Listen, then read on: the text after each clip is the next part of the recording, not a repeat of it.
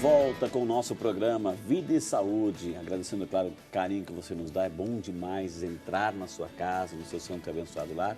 E para trazer um tema de reflexão de hoje, entender como se trata, como se desenvolve, né? O que a medicina hoje fala sobre catarata. É o tema de hoje com o Dr. Marcelo Sobrinho, médico oftalmologista, também que aceitou nosso convite de estar aqui. Ele que é professor da PUC de Campinas e também médico oftalmologista pela Universidade Federal de São Paulo.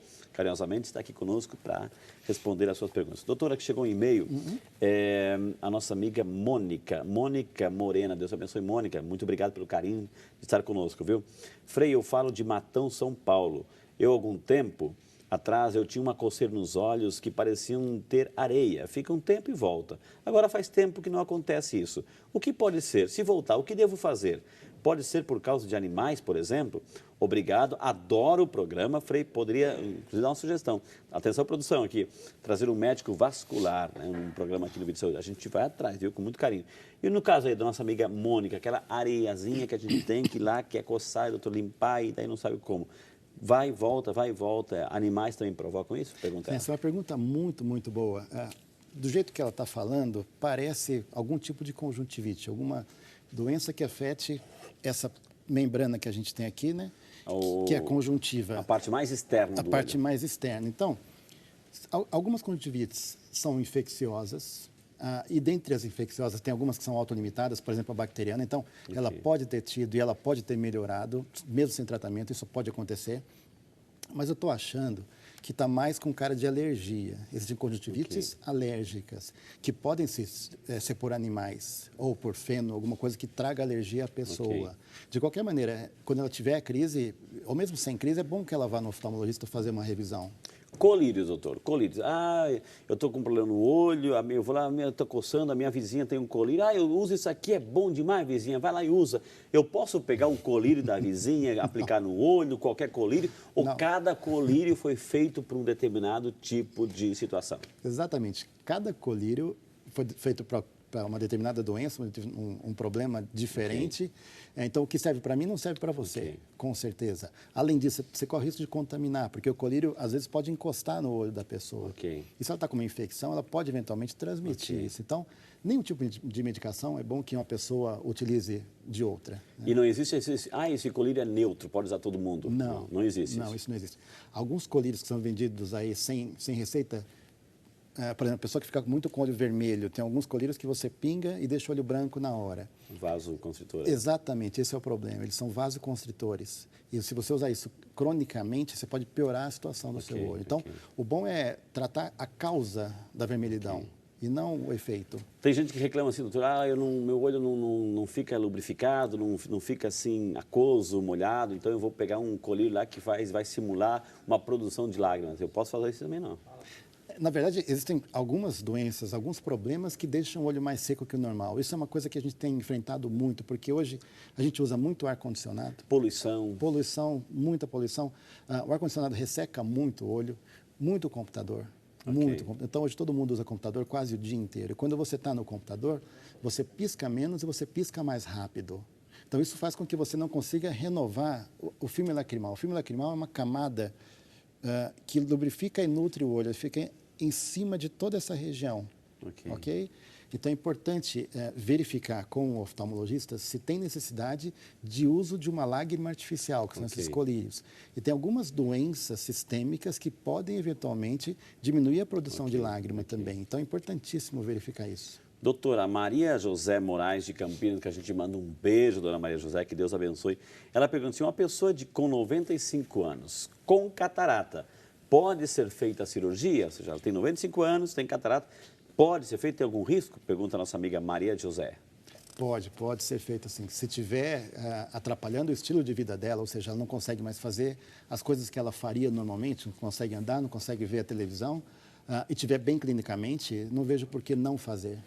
Existe alguma contraindicação? A gente já viu um caso ali, tem um problema de cardíaco, etc, aí já é uma complicação. Sim, essa é uma contraindicação. Não diria que seja a única. Mas é a principal. Essa é uma das principais, porque nesse caso, o anestesista normalmente não vai liberar a senhora para operar. Ok? Agora, tem algumas doenças do olho que podem dificultar muito. Por exemplo, eu já falei sobre uveites. Uveites são aquelas inflamações ou infecções na úvea. Elas podem, eventualmente, levar a aumento de pressão, elas podem, eventualmente, levar a uma aderência do cristalino com algumas estruturas oculares. E dificulta demais a cirurgia, pode, eventualmente, contraindicar uma coisa dessa. Vamos às ruas. O povo pergunta aqui no Vídeo Saúde.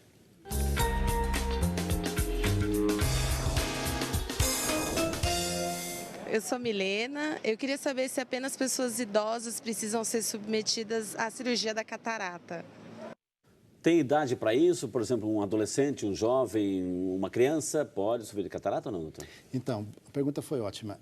Normalmente, que o Leôncio falou no começo do programa, normalmente, a maioria das pessoas que faz cirurgia de catarata é a catarata senil, ou seja, depois de uma certa fase da vida, mas tem a catarata traumática, que a gente nunca pode esquecer, e tem a catarata congênita. Né? Já nasce com ela?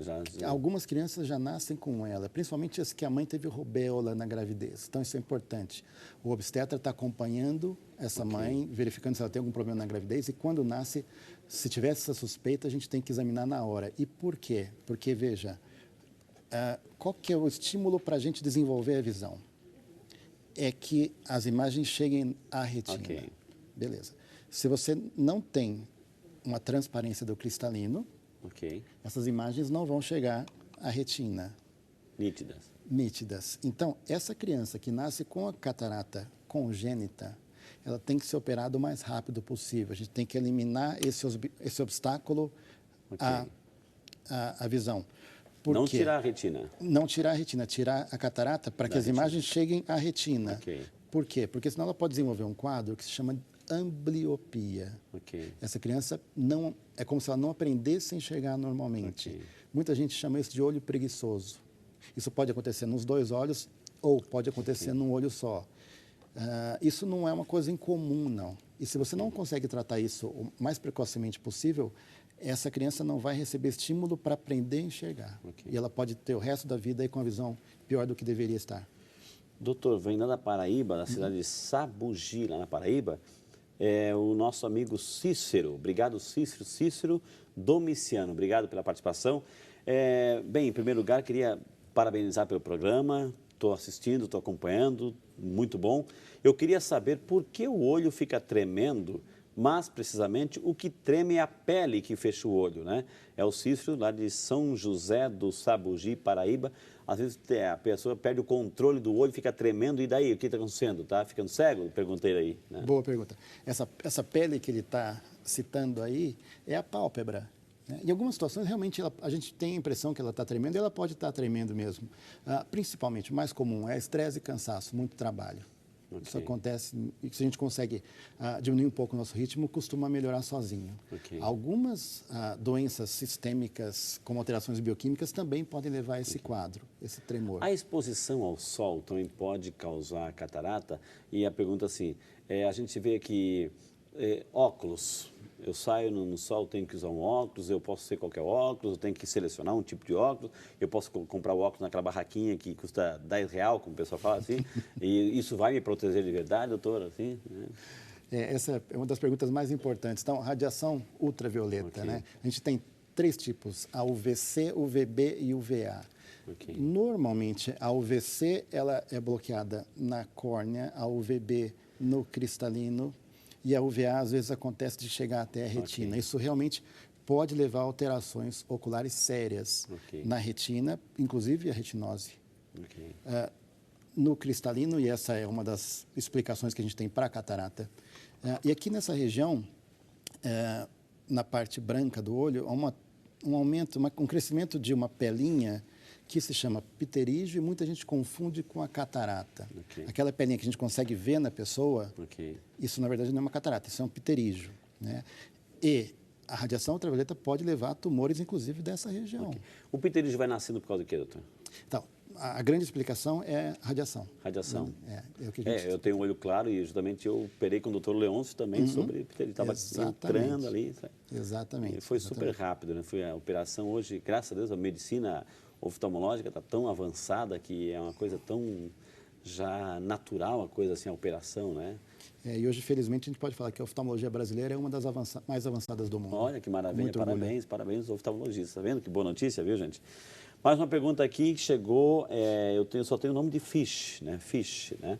Por que as pessoas que dirigem automóveis, algumas delas têm que trocar de óculos a cada ano, sendo que algumas fazem a cirurgia, né? Motorista, doutor, caminhoneiros, motoristas, enfim, é necessário trocar o óculos todos os anos? Trocar o óculos eu não diria, mas todos Fazer os o anos exame, tem né? que fazer um exame para ver se a graduação não está mudando. A Dolores Garcia, querido, de Campinas. Obrigado, Dolores. Deus abençoe. Operei do olho direito de catarata, nunca tive pressão no olho e glaucoma. Mas depois que eu fiz a cirurgia, comecei a ter glaucoma e pressão alta no olho. O que deve ter acontecido? Pergunta a nossa amiga Dolores, doutor. Foi uma cirurgia de catarata. Ela já fez a cirurgia, operei do olho direito de catarata. Nunca tive glaucoma e pressão, mas depois que operou do catarata, apareceram. Bom, duas coisas. Ela pode ter tido o diagnóstico depois da cirurgia, e pode não ter feito antes. E algumas cirurgias, eventualmente, podem levar a um processo inflamatório do olho que pode, eventualmente, aumentar a pressão mesmo. Então, isso tem que ser acompanhado de perto. A Leni Lopes Barbosa, de Juiz de Fora, Minas Gerais. Obrigado, Leni, pela participação, por estar conosco. Meu problema é nas vias lacrimais, mais específico na esquerda. Estou usando o colírio Ilocomod. Eu falo, às vezes, o nome do colírio aqui, o nome comercial, mas não significa que você que está acompanhando está autorizado ali na farmácia a comprar. Não faça isso. Automedicação jamais, viu? Eu falo o nome até mesmo para ajudar o doutor aqui, viu? Na resposta dele. E é muito incômodo falar para ela. Ela fala, marquei para fazer uma cirurgia em dezembro. Gostaria de saber uma opinião do doutor, né? Leni, de Juiz de Fora, doutor. Isso é interessante. Então, para a gente entender mais ou menos como funciona esse problema, a gente tem a formação das lágrimas aqui na glândula lacrimal, fica nesse canto. Ela passa por cima do olho, então é a história do filme lacrimal, e ela vai embora por aqui. A gente tem um ralinho aqui, e depois tem um tipo de um caninho que leva tudo isso lá para a garganta, passa pelo nariz e a garganta. Por isso, às vezes, a gente pinga colírio e a gente sente na garganta. Isso, a gente chora e sente na garganta. Não é incomum alguma parte desse trajeto estar obstruída. E quando está obstruído, realmente, dependendo de onde for a obstrução e o nível de obstrução, tem que operar mesmo. Maurício Gonçalves Mendes, de Nova Russas, lá no Ceará, acompanhando o programa. Obrigado, Maurício. Gostaria que falasse um pouco sobre Stargardt. Isso tem a ver com... quais são os novos tratamentos? Até eu fiquei curioso, viu, Maurício? Pensei que não fosse relacionado ao assunto, mas o doutor já fez sinal que sim. Então, o que é o Stargardt? A doença de Stargardt é uma outra doença que afeta a retina. Stargardt, Stargardt. É uma outra doença que afeta a retina. Também pode começar mais ou menos na puberdade e avançando com o passar do tempo. E é uma doença que costuma progredir mesmo e às vezes pode levar a baixa visual severa. Doutor, tenho problema no olho quando estou no escuro. Minha vista fica azul, piscando e fica tremendo o olho e vejo uma parede branca, as mosquinhas, né, na vista. Tem cura, né? Ou não? Me ajude, por favor. É o Luciano César que mandou esse e-mail para a gente, doutor. Né? Luciano, eu acho que no seu caso é mais ou menos parecido com o que a gente falou agora há pouco. O nosso humor vítreo, que fica aqui, aquela gelatina, pode ter algum descolamento em relação à retina ou alguma membrana e você começa a ver essas manchinhas, alguma coisa assim. Quem está parabenizando o programa é a nossa amiga Geni dos Santos Bisotto de Aguariúna. O programa está simplesmente maravilhoso. Obrigado, Geni. É isso que a gente tem, esse carinho pelos telespectadores, trazer gente séria, gente que entende aí para nos ajudar a cuidar da nossa saúde, viu? Doutor Marcelo, é a Marcele Rangel que mandou esse e-mail. Obrigado, Marcele. Gostaria de saber sobre as complicações e o tratamento para a pressão alta da vista para quem fez cirurgia de catarata recente. Pois fiz a cirurgia tem pouco mais de 8 dias. Estou preocupada, desde já agradeço. É a nossa amiga Madalena que usou o e-mail da Marcele para fazer a pergunta hoje no Vídeo Saúde. Interessante. Bom, ela tem pouquíssimo tempo de operada, né? Realmente, você pode ter uma reação inflamatória depois da cirurgia, isso pode aumentar a pressão.